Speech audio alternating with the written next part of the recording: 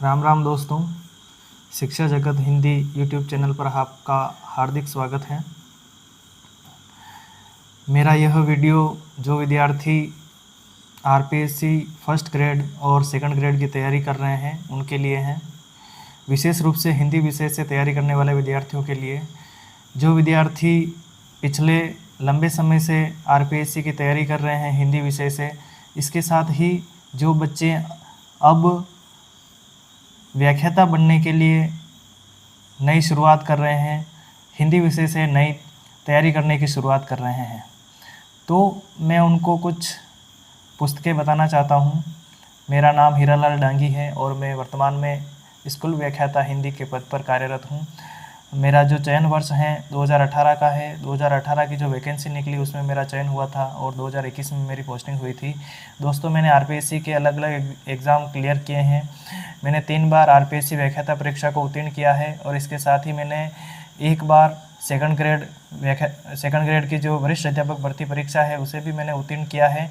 इसके साथ ही 2 बार मैंने सहायक आचार्य इंटरव्यू तक मैं पहुंचा हूं, लेकिन फाइनल सिलेक्शन इंटरव्यू सहायक आचार्य भर्ती परीक्षा में मेरा नहीं हुआ था, जिसका मुख्य कारण इंटरव्यू में मुझे नंबर कम मिले। मेरा इंटरव्यू भी अच्छा नहीं हुआ था, इसी कारण मुझे नंबर कम मिले थे। तो मैं दोस्तों आपको कुछ सुझाव देना चाहता हूं कि आप कौन कौन सी पुस्तकें पढ़ें, किस प्रकार आप तैयारी करें। तो मैं सबसे पहले जो हिंदी साहित्य के विद्यार्थी हैं उनके लिए मैं बताना चाहूँगा कि आपके पास सबसे पहले कौन सी पुस्तक होनी चाहिए, जिसे मैं आपके सामने दिखा रहा हूँ। ये आचार्य रामचंद्र शुक्ल जी की पुस्तक है।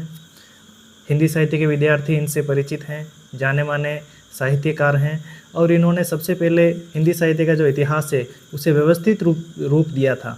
तो आचार्य रामचंद्र शुक्ल जी का जो इतिहास है वह आपके हिंदी साहित्य का जो इतिहास है वह आपके पास अवश्य होना चाहिए। सरल पुस्तक है, ज़्यादा कठिन नहीं है ये, तो इसे सबसे पहले आपको पढ़ना चाहिए। अगली बात, मैं जिस पुस्तक का नाम ले रहा हूँ अब, यह डॉक्टर नगेंद्र का हिंदी साहित्य का इतिहास है, जिसे डॉक्टर नगेंद्र ने संपादित किया था। ऊपर का कवर फट चुका है, मेरे पास नहीं है ऊपर का कवर, तो पीछे का कवर इस प्रकार है। डॉक्टर नगेंद्र की जो हिंदी साहित्य का इतिहास पुस्तक है।